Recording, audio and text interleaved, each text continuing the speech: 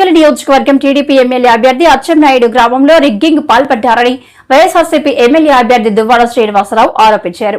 ఆయన దీని మీద ఒక వీడియో విడుదల చేయడం జరిగింది. మీడియాపై అక్రమ కేసులు బనాయిస్తున్న సీఎస్ వ్యవహార శైలిని ఈసీ కట్టడి చేయాలని కోరారు. మీడియాపై పెట్టిన అక్రమ కేసులు తక్షణమే వెనక్కి తీసుకోవాలని డిమాండ్ చేశారు. ఈరోజు టెక్కల్లో మరో విషాదం జరిగింది. ఎన్నికల అనంతరం టెక్కలి నియోజకవర్గంలో అచ్చెన్నాయుడు నేతృత్వంలో మరో హత్య జరిగింది. అచ్చెన్నాయుడు సొంత గ్రామం అయినటువంటి నిమ్మాడ, ఆ నిమ్మాడకు సరిహద్దుల్లో ఉన్నటువంటి గ్రామాల్లో ఒక గ్రామం అయినటువంటి చిన్న వెంకటాపురం అనే గ్రామంలో ఒక బూతు 40 ఏళ్ల నుంచి ఓటు వేయడానికి నోచుకోనటువంటి గ్రామం ఇది. ఓటు ఎలా వెయ్యాలో కూడా తెలియనటువంటి గ్రామం. అదే గ్రామంలో ఈసారి ఎన్నికల్లో రిగ్గింగ్ జరగకూడదని చాలా పటిష్టంగా ఏర్పాట్లు చేసే దానిలో భాగంగా ముందుగానే నేను ఎలక్షన్ కమిషనర్ గారికి కంప్లైంట్ చేయటం, ఆ తర్వాత ఆయా బూతుల మీద హైకోర్టును కూడా ఆశ్రయించడం, హైకోర్టు ఆదేశాల మేరకు ఎన్నికలు కూడా జరగటం. హైకోర్టులో మరి మేము ఆ పోలింగ్ బూతుల్లో తప్పకుండా అన్ని ఏర్పాట్లు చేస్తామని ఎన్నికల కమిషన్ వారు ఎఫిడవిట్ వేయటం, ఆ ఎఫిడవిట్లో భాగంగా వెబ్ కాస్టింగ్ కూడా చేస్తామని చెప్పటం. మరి ఇవన్నీ చేస్తున్నటువంటి సందర్భంలో అక్కడ రిగ్గింగ్ జరగలేదు. రిగ్గింగ్ జరగని కారణంగా అచ్చెన్నాయుడు ఎన్నికల అనంతరం తట్టుకోలేక తనకున్నటువంటి కార్యవర్గంతో వైఎస్ఆర్ కాంగ్రెస్ పార్టీ కార్యకర్తలైనటువంటి ఆదిలక్ష్మి, ఆమె కుమారుడు మాధవరావు, తోట మాధవరావు ఇద్దరు కూడా పోలింగ్ బూత్లో ఏజెంట్లుగా పనిచేయటం జరిగింది. బ్రహ్మాండంగా ఎన్నికలు నిర్వహించారు. రిగ్గింగ్ జరగలేదు. ఎన్నికలు జరుగుతున్నప్పుడే పోలింగ్ రోజునే మాధవరావుకి తల్లికి 4 అచ్చెన్నాయుడు అనుచరులు హెచ్చరించారు. అచ్చెన్నాయుడు నేతృత్వంలో భానుచందర్, లక్ష్మణ్ రావు, చిన్నారావు, కర్రన్న ఈ 4 కూడా హెచ్చరించి తప్పకుండా మీకు హత్య చేస్తాం, చంపేస్తామని బెదిరించారు. ఎన్నికైన మరుక్షణం 14వ తారీఖు 15వ తారీఖు రోజుల్లో వాళ్ళకి హెచ్చరికలు చేస్తూ ఆ కుటుంబం మీద దాడి చేసి మాధవరావు తండ్రి అయినటువంటి మల్లేశ్వరరావు పైన అతి దారుణంగా కొట్టారు. ఆ మల్లేశ్వరరావు వారు కొట్టినటువంటి దెబ్బలకు ఈరోజు ఉదయం మరణించాడు. అంటే పోలింగ్ జరిగినటువంటి ప్రాంతాల్లో వాళ్ళకి రిగ్గింగ్ జరగనటువంటి కారణంగా అచ్చెన్నాయుడు పెట్టిరిగిపోయి వాళ్ళకి చెందినటువంటి వర్గాలతో వైఎస్ఆర్ కాంగ్రెస్ పార్టీకి చెందినటువంటి కార్యకర్త, ఏజెంట్గా వెళ్ళినటువంటి కుటుంబం మీద దాడి చేసి చంపడం ఇది నేరం. ఖచ్చితంగా ఎన్నికల కమిషన్ వారు అచ్చెన్నాయుడితో పాటు ఉన్నటువంటి ఈ 4 వారికి అనుకూలంగా మరికొంతమంది కూడా ముద్దాయిలు ఉన్నారు. వీళ్ళందరినీ కూడా కఠినంగా శిక్షించాలని, వీళ్ళని వెంటనే అరెస్ట్ చేయాలని ఇటువంటి కార్యక్రమాల్ని మేము తీవ్రంగా ఖండిస్తున్నాం. అచ్చెన్నాయుడు దుర్మార్గమైనటువంటి చర్యలు ఇప్పటికే చాలామందిని చంపాడు. ఇప్పటికి సర్పంచ్గా నామినేషన్ వేయడానికి వెళ్ళిన 3 అచ్చెన్నాయుడు చంపించాడు. అలాగే సొంత తమ్ముడు భుజంగరావును కూడా చంపించాడు. అలాగే నిమ్మాడ బూత్లో కింజరాపు అప్పన్న ఈరోజు ఏజెంట్గా వెళితే సాయంత్రానికల్లా నేను చంపేస్తామని హెచ్చరించాడు. మేమందరం కూడా ఎటువంటి బెదిరింపులు చేసినా ఆయా బూతుల్లోనే నేను ఉదయం నుంచి సాయంత్రం వరకు అన్ని రిగ్గింగ్ బూతుల్లో కూడా తిరిగి ఒక్క ఓటు కూడా రిగ్గింగ్ జరగకుండా ఆపటం జరిగింది. దీన్ని జీర్ణించుకోలేక ఈ హత్య కారణమైనటువంటి అచ్చెన్నాయుడిని వెంటనే అరెస్ట్ చేయాలని, అచ్చెన్నాయుడితో పాటు వాళ్ళ అనుచరులైనటువంటి ఈ భానుచందర్, లక్ష్మణ్, కర్రన్న వీళ్ళని కూడా అరెస్ట్ చేయాలని నేను వెంటనే ప్రభుత్వానికి డిమాండ్ చేస్తున్నాను. పోలీసు వారు వెంటనే చర్యలు తీసుకోవాల్సిందిగా, ఎన్నికల కమిషన్ కూడా చర్యలు తీసుకోవాల్సిందిగా నేను కోరుతున్నాను. లేదంటే ఇది ప్రజాస్వామ్యానికి విఘాతం కలిగించేటటువంటి సందర్భాన్ని, ఎన్నో హత్యలు చేసినటువంటి అచ్చెన్నాయుడు ఈరోజు ఎవిడెంట్గా దొరికాడు కాబట్టి ఆయన పైన చర్యలు తీసుకోవాల్సిందిగా కోరుతున్నాను. మీడియాపై అక్రమ కేసులు బనాయిస్తున్న సీఎస్ వ్యవహార శైలిని ఈసీ కట్టడి చేయాలని కోరారు. మీడియాపై పెట్టిన అక్రమ కేసులు తక్షణమే వెనక్కి తీసుకోవాలని డిమాండ్ చేశారు. ప్రశ్నిస్తా ఉన్నారు, ఈ సెక్షన్ ఎందుకు పెట్టలేదు, ఈ సెక్షన్ ఎందుకు పెట్టలేదు, ఈ సెక్షన్ ఎందుకు పెట్టారని. మరి దానికి సమాధానం చెప్పలేని పరిస్థితిలో ఇవాళ మీరున్నారు. ఇవాళ బాధితులు గొంతు వినిపించడం నేరమా అని మీడియా అడుగుతుంది. దీనికి సమాధానం చెప్పమని నేను చీఫ్ సెక్రటరీని, డీజీపీని అడుగుతూ ఉన్నాను. ఇవాళ మీడియా ఘోషిస్తూ ఉంది, మీడియా ప్రశ్నిస్తూ ఉంది. వీటికి సమాధానాలు ఉన్నాయా మీ దగ్గర? ఇవన్నీ కూడా ఎలక్షన్ కమిషన్ దృష్టిలో పెడతాం.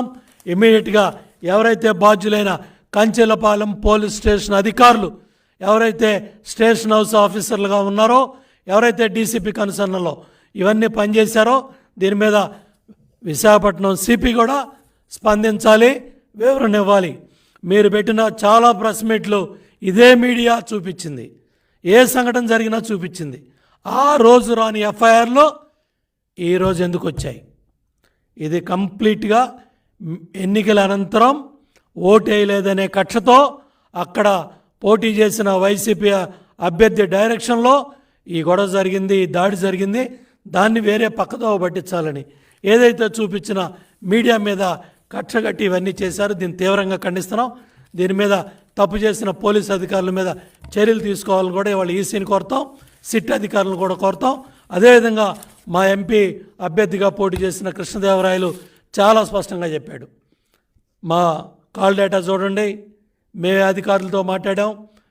నేను స్వయంగా కృష్ణదేవరాయలు ఇందాక మీడియా ముందు చెప్పాడు, మేము ట్రాన్స్పరెంట్గా పనిచేసాం, ఏ పోలీసు అధికారులతో మేము ఒత్తిడి చేయలేదు, ఎవరితో సంబంధం లేదు, మా కాల్ డేటా కూడా ఇస్తానని చెప్పి ఆయన దమ్ముగా ధైర్యంగా మీడియా ముందు మాట్లాడాడు. ఇవాళ వైసీపీ ఎమ్మెల్యేలు పోటీ చేసిన వాళ్ళు, ఎవరైతే వైసీపీ కంటెస్టెడ్ క్యాండిడేట్స్, మీకు ఆ దమ్ము ధైర్యం ఉందా?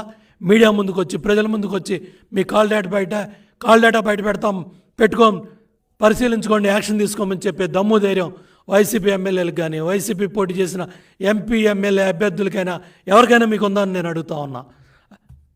కాబట్టి ఎవరైతే ఈ తప్పు చేసిన పోలీసు అధికారులు ఉన్నారో వాళ్ళ మీద చర్యలు తీసుకోవాలని, వాళ్ళ మీద ఇమ్మీడియట్గా వాళ్ళ మీద చర్యలు తీసుకొని సస్పెండ్ చేయాలి, పక్కన పెట్టాలని కూడా డిమాండ్ చేస్తూ ఉన్నాను.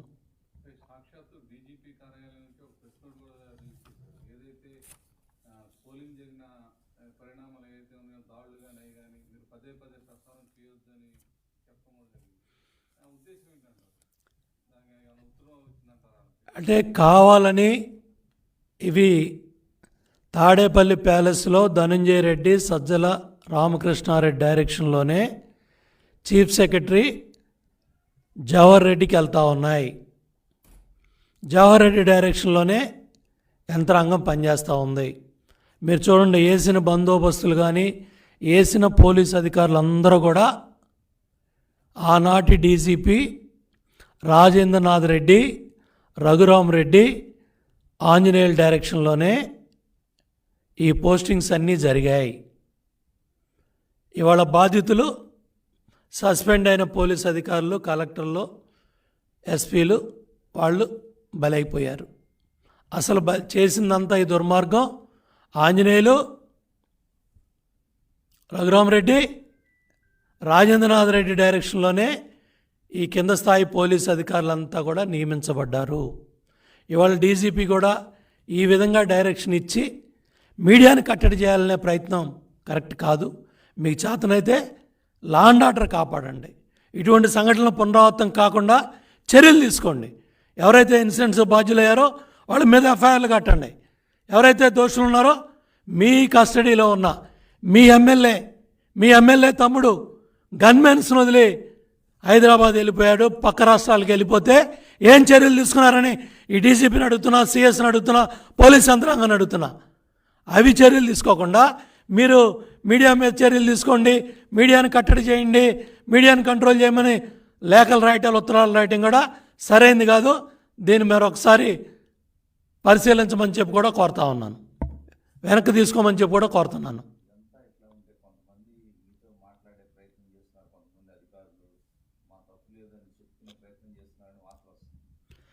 చాలా క్లియర్గా చంద్రబాబు నాయుడు గారు స్పష్టంగా ఉన్నారు అన్ని విషయాల మీద.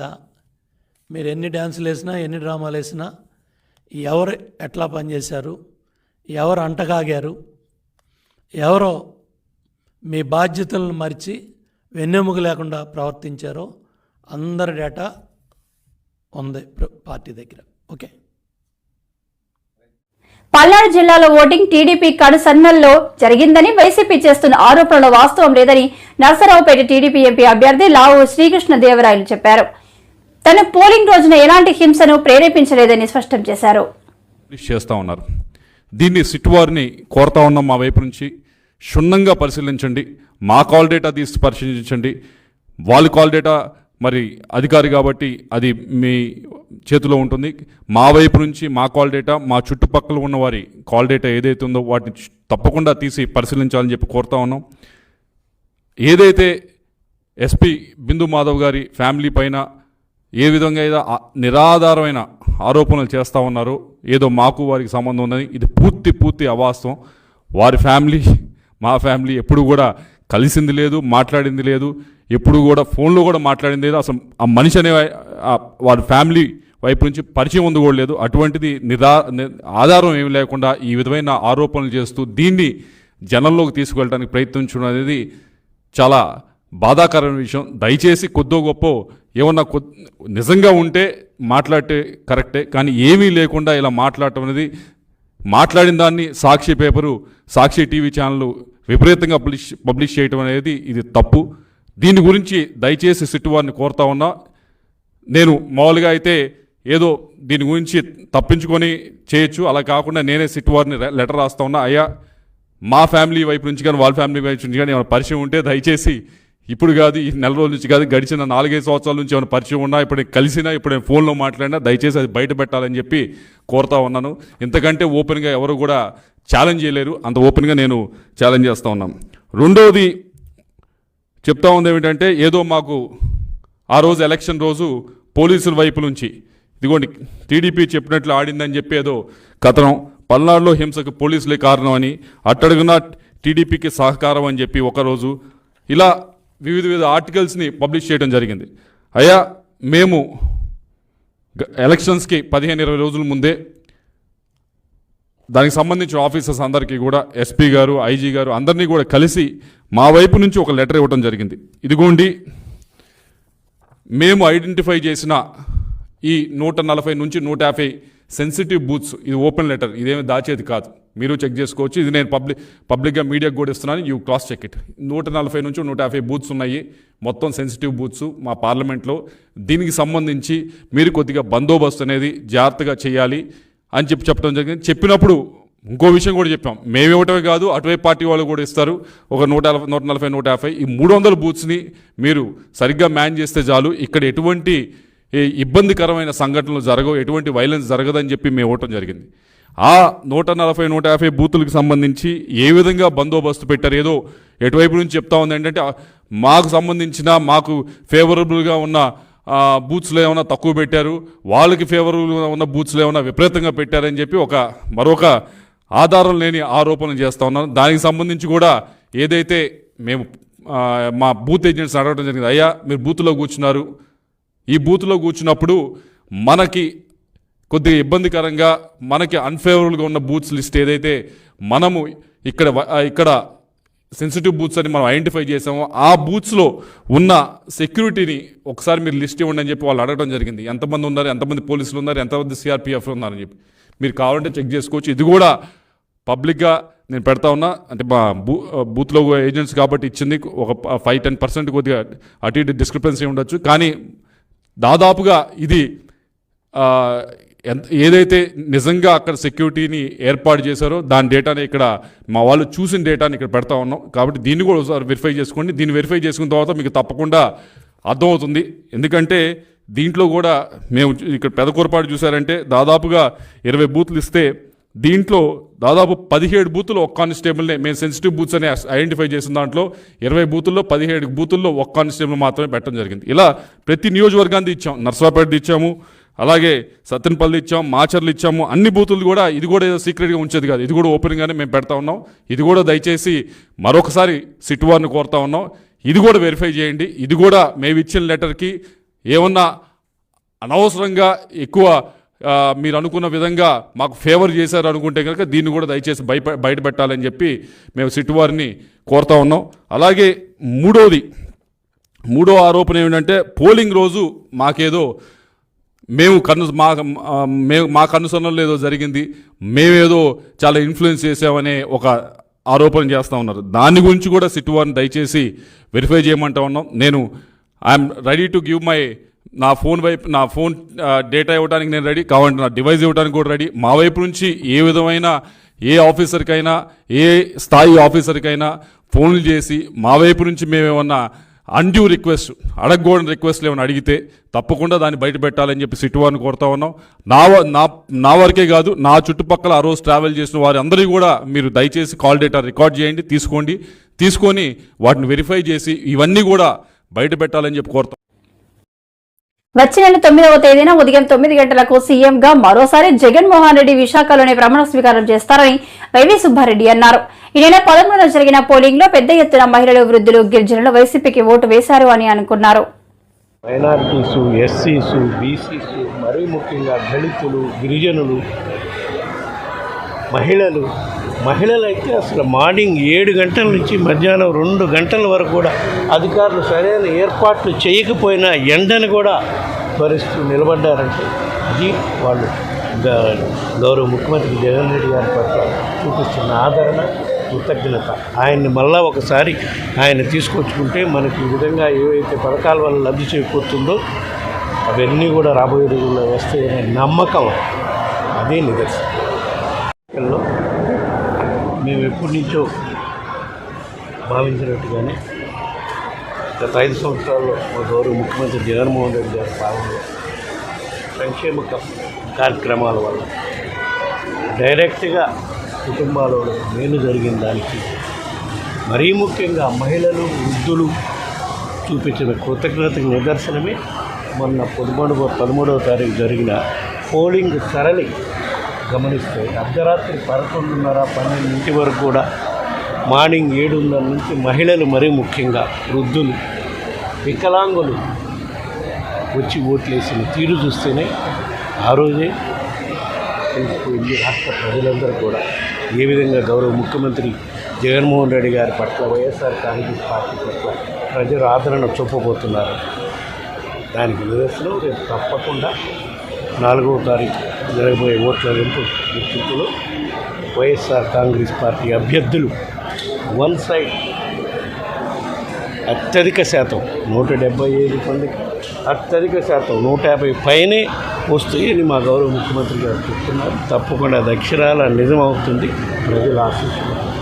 తర్వాత కార్యక్రమం పెద్దలు చెప్పినట్టు తప్పకుండా వైఎస్ఆర్ కాంగ్రెస్ పార్టీ అధికారంలోకి వస్తుంది. మా గౌరవ ముఖ్యమంత్రి జగన్మోహన్ రెడ్డి గారు ఇచ్చిన మాట ప్రకారం విశాఖలోని 9వ తారీఖు మార్నింగ్ 9:30 ప్రమాణ స్వీకార కార్యక్రమం కూడా విశాఖలోని జరుగుతుంది. దానికి పెద్ద ఏర్పాట్లు చేసే కార్యక్రమాలు కూడా మా పార్టీ నాయకులతో చర్చించే కార్యక్రమం కూడా. తమకు రాష్ట్రంలోనే కాదు దేశం నుంచి కూడా వెళ్లిపోవాల్సిన అవసరం లేదన్నారు. ఆఫ్రికన్ దేశాల్లో తాము వ్యాపారాలు చేసుకుంటున్నామని, అక్కడికి వెళ్లి వస్తూ ఉంటామని, దీనిని పట్టుకుని కొందరు పనిలేని టీడీపీ నాయకులు తీవ్ర స్థాయిలో విమర్శలు గుప్పిస్తున్నారని అన్నారు. రాష్ట్రంలో ఎన్నికలు జరిగిపోయినాయి. 4వ తేదీ ఫలితాలు వెలువడుతూ ఉన్నాయి. ఈ తరుణంలో లేనిపోని అబద్ధాలు, కుట్రలు, కుతంత్రాలు అన్నీ కూడా తెలుగుదేశం పార్టీ చేస్తూ ఉంది.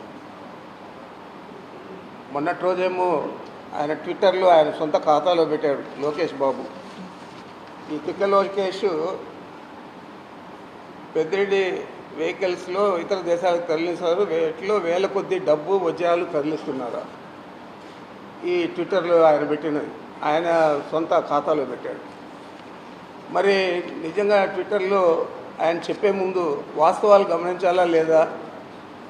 ఎందుకు నిన్ను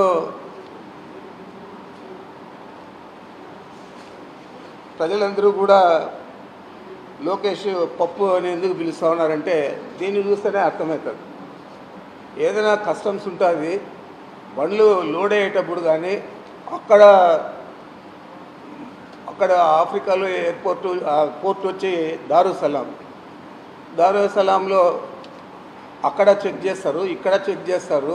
వీటిలో డబ్బులు పెట్టే అంత మూర్ఖులు లోకేష్ లాంటి వాళ్ళు తప్పితే ఇంకెవరైనా ఉంటారని అడుగుతున్నా. మీకేమో చార్టర్డ్ ఫ్లైట్లలో మీరు సూట్ కేసులన్నీ కూడా సింగపూర్కి పంపిస్తారు, దుబాయ్కి పంపిస్తారు. మీకు అది అలవాటు. అధ్యత మా మీద కూడా అక్యూజ్ చేస్తూ ఇలాంటి మాటలు మాట్లాడడం అనేది చాలా బుద్ధి తక్కువ మాటలు ఇవి. నీ పప్పుకు అని ఎందుకు పేరు పెట్టారంటే ఇదే నువ్వు తిక్క లోకేష్ కాబట్టి పప్పు అని పేరు పెట్టారు. మరి ఇంకా బుద్ధిహీనుడు ఈ దేవినేని ఉమామహేశ్వరం. నువ్వు 5 సంవత్సరాలు ఇరిగేషన్ మంత్రిగా ఉండి అనేక రకాల లబ్ధి పొంది వేల కోట్లు దోచిపెట్టి చంద్రబాబుకు మళ్ళీ సిగ్గు లేకుండా మా మీద అక్యూజ్ చేస్తున్నాడు. పారిపోతూ ఉన్నారు, వ్యాపారాలు టిప్పర్లన్నీ తీసేస్తూ ఉన్నారు, ఇతర దేశాలకు పంపిస్తూ ఉన్నారు, ఇతర రాష్ట్రాలకు పంపిస్తూ ఉన్నారు అని చెప్పి చెప్తా ఉన్నారు. మేము ఇతర రాష్ట్రాల్లో పనిచేస్తూ ఉన్నాం, మాకు అక్కడ కూడా ఉన్నాయి వెహికల్స్. ఇతర దేశాల్లో అంటే మేము ఆఫ్రికాలో కూడా పనిచేస్తాము, అక్కడ కూడా ఉన్నాయి. ఇప్పుడుగా 2011 నుంచి అక్కడ వ్యాపారం చేస్తాం. 2013 మొట్టమొదటిసారి మైనింగ్ యాక్టివిటీకి అని చెప్పి ఒక 300 ఎక్స్కవేటర్లు 5 టిప్పర్లు పంపించాం. ఆ తర్వాత వరుసగా అక్కడ 17 లాంగ్ చేసి ఉంటుంది, అబో 40 టన్నులు కొనేటివి, అవి ఒక 38 బండ్లు కొన్నాము. మళ్ళా తర్వాత ఇండియా నుంచి 23 మిషన్లు, మిగతా ఎక్విప్మెంటు, ఇవన్నీ కూడా మైనింగ్ యాక్టివిటీకి కావాల్సినవన్నీ కూడా 23 పంపించడం జరిగింది 2013లో. మరి మొన్న 18/3/24 ఐచర్లు ఒక 60 బండ్లు మేము కొంటే వాటికి ఇక్కడ పని లేదు కాబట్టి అక్కడ కొత్తగా మేము స్వర్ణ మెటల్స్ అని చెప్పి ఒక కాపర్ ప్రాజెక్టు చేస్తున్నాం. కాబట్టి ఆ కాపర్ ప్రాజెక్ట్ కోసం అని చెప్పి వాళ్ళు 60 బండ్లు కావాలంటే మొదటి విడత 2024 మార్చి 18 20 బండ్లు పంపించారు. అది బాంబే పోర్ట్ నుంచి. ఇప్పుడు కూడా బాంబే పోర్ట్లో రేపు 10 లోడ్ అవుతూ ఉన్నాయి. ఆ తర్వాత ఇంకా 10కి స్పేస్ లేకుండా ఆ షిప్లో వేరే షిప్లో తొందరలోనే పోతూ ఉన్నాయి. మరి ఈ విధంగా విడతలుగా మేము పంపిస్తూ ఉన్నాం. అక్కడ మాకు ఇప్పటికే ఒక ఫెర్రో మ్యాంగనీసు, ఫెర్రో సిలికా అని చెప్పి 2 ప్రాజెక్టులు ఉన్నాయి. ఒకటి పిఎల్ఆర్ అనుబంధ సంస్థది, ఇంకొకటి జస్విన్ సంస్థది. ఇప్పుడు కొత్తగా స్వర్ణ మెటల్స్ అని చెప్పి ఈ కాపర్ ప్రాజెక్టును కూడా మొదలుపెట్టాం. కాబట్టి దానికోసం 100 బండ్లు కావాల్సి వస్తుందంటే మన దగ్గర ఉన్నాయి ఇక్కడ 60 బండ్లు వాడినవి, పాత బండ్లన్నీ కూడా అక్కడికి పంపిస్తూ ఉన్నాం. దాంట్లో 40 ఇప్పుడు దాకా పోర్టుకు 20 వెళ్ళిపోయినాయి దారుసలాంకు. రేపు 10 పోతూ ఉన్నాయి. ఎల్లుండి అంటే 1 వీక్లో ఇంకా 10 పోతాయి. మళ్ళీ ఇవి వెళ్ళిపోయిన తర్వాత మళ్ళీ 20 బండ్లు పంపిస్తాను. ఈ విధంగా 100 బండ్లు అక్కడికి పంపడం జరుగుతూ ఉంది. మరి ఇవన్నీ కూడా పొలవలు చిలువలుగా మాట్లాడుతూ ఏదో ఇట్లో మేము ఏదో పంపించేస్తూ ఉన్నాము, లేదా రాష్ట్రం విడిచి పారిపోతున్నాం, దేశం విడిచి పారిపోతూ ఉన్నాం అని చెప్పి ఆయన నన్నే కాదు మిగతా అందరు నాయకులను కూడా అందరూ పాస్పోర్ట్లు రెడీ చేసుకున్నారు, వీసాలు రెడీ చేసుకున్నారు, ఇతర దేశాలకు పారిపోతూ ఉన్నారు వైఎస్ఆర్ కాంగ్రెస్ పార్టీ వారు అని చెప్పి చెప్పడం జరిగింది. మా నాయకుడు పోతే ఏమో ఆయన పారిపోయినట్లు, మీ నాయకుడు పోతే ఏమో ఈరోజు మీరంతా చూశారు ఈ పచ్చపత్రికల్లో అంతా. వీళ్ళ నాయకుడు పోతే మాత్రము మెడికల్ టెస్టులకు అంటారు. మరి ఇలాంటి రాతలు రాసే పత్రికలు ఉన్నాయి కాబట్టి మీరు ఇలా మాట్లాడుతూ ఉన్నారు. నీకు బుద్ధి లేదు అసలు ఉమా, నీవు కనీసం టికెట్ తెచ్చుకో.